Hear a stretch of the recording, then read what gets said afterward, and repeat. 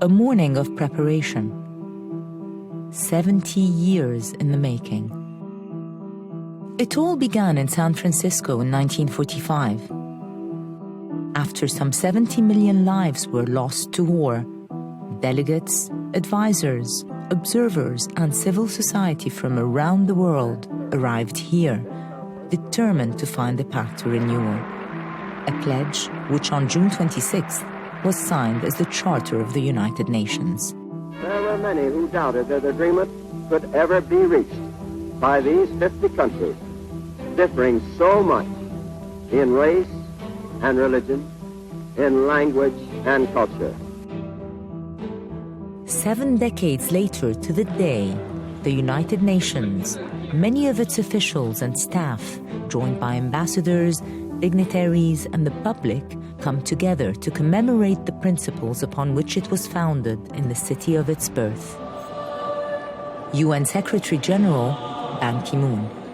They dare to believe in something bigger than person or country.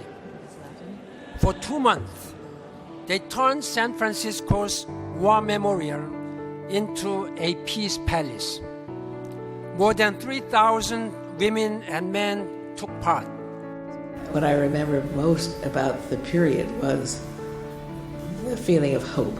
Ellen Magna Newman was just 16 when she worked as a Spanish translator for the signing of the Charter at City Hall. I'd grown up with both wars.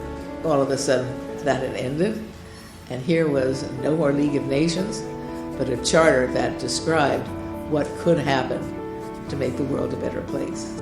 The United Nations is the hope and home of all humankind. The Charter is our compass. And it's a compass which continues to point towards the future. In many of the same meeting rooms in which the groundwork of the Charter was laid, today some of the world's top leaders in technology met to discuss just how technology can work with the UN to help solve modern-day problems. And change was on everyone's mind when on the same day, marriage equality was granted as a human right to all in the United States. Stuart Milk, nephew of the renowned late LGBT activist Harvey Milk, presented Secretary General Ban Ki-moon with the Harvey Milk Medal for the UN's LGBT rights free and equal campaign. It's really a recognition of the leadership that Ban Ki-moon has given to this global movement. Charles Radcliffe is Senior UN Human Rights Advisor on Sexual Orientation and Gender Identity. Many people are surprised to learn this softly spoken Korean gentleman who has emerged as a great advocate for equality for LGBT people around the world. And as walls to equality were broken down across the country on this day, other walls became a canvas. I think what I'd love to continue doing with the UN is serve as a visual translator for issues which are hard to talk about.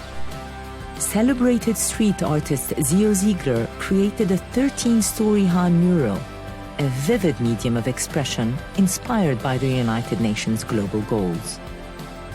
My father just turned 70, and I think that this event is like it's a beautiful parallel, right, with both birthdays happening at the same time, because I think if the UN could play a personal role in all of our lives, it's a humanizing aspect to an organization which is larger than life.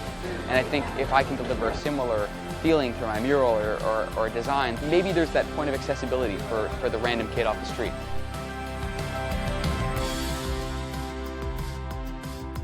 It's a mural that stands as a towering monument to the efforts and ideals that began 7 decades earlier, an enduring symbol of hope.